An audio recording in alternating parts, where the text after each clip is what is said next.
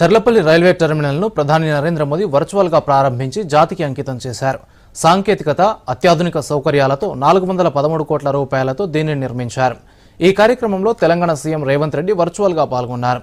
కాగా కేంద్ర మంత్రులు కిషన్ రెడ్డి, బండి సంజయ్, గవర్నర్ జిష్ణుదేవ్ వర్మ, నాయకులు, అధికారులు హాజరయ్యారు. దీనిపై మరిన్ని వివరాలు చూద్దాం. 10 ఏళ్ల పాలనలో తాము రైల్వే శాఖలో అనేక సంస్కరణలు తీసుకొచ్చామని కేంద్ర మంత్రి కిషన్ రెడ్డి అన్నారు. చర్లపల్లి రైల్వే టెర్మినల్ ప్రారంభోత్సవం సందర్భంగా మాట్లాడుతూ 413 కోట్ల రూపాయలతో ఎయిర్పోర్ట్ను తలపించేలా చర్లపల్లి రైల్వే టెర్మినల్ను నిర్మించామని పేర్కొన్నారు. ముఖ్యంగా తెలంగాణలో 100% లైన్లను ఎలక్ట్రిఫికేషన్ చేశామని అన్నారు. హైదరాబాద్ నుంచి దేశంలోని అన్ని ముఖ్య పట్టణాలకు కనెక్టివిటీని పెంచేందుకు కేంద్ర ప్రభుత్వం ఎంతగానో సహకరిస్తోందని తెలిపారు. పెద్దపల్లి మినహా రాష్ట్రంలోని 32 జిల్లాలకు జాతీయ రహదారులను అనుసంధానం చేశామని గుర్తు చేశారు.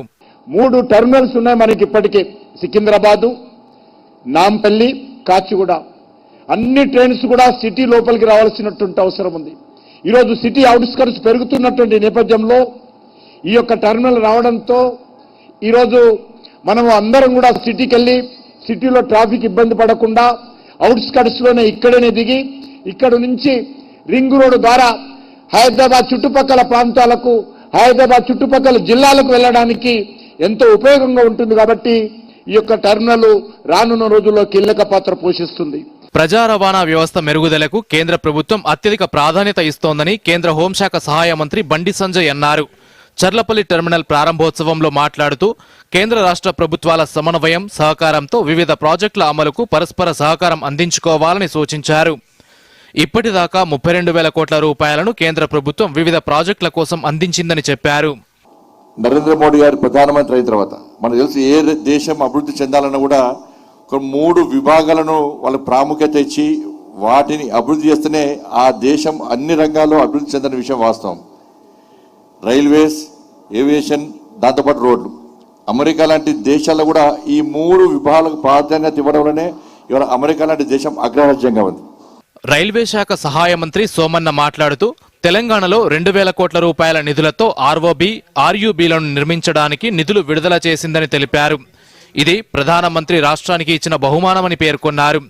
చర్లపల్లి రైల్వే టెర్మినల్ దేశంలోనే అద్భుత ఆదర్శ terminal కానుందన్నారు.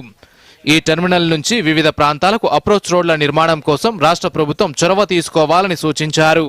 Cherlapalli is developed as a world class terminal at the cost of 430 crores. This new terminal will reduce the congestion in the 3 railway terminals. It is in South India, Chernapalli railway station is one of the main icon in the South India. కాగా అత్యాధునిక మౌలిక సదుపాయాలతో నిర్మితమైన ఈ terminal దక్షిణ మధ్య railway పరిధిలో ఓ అరుదైన మైలురాయి.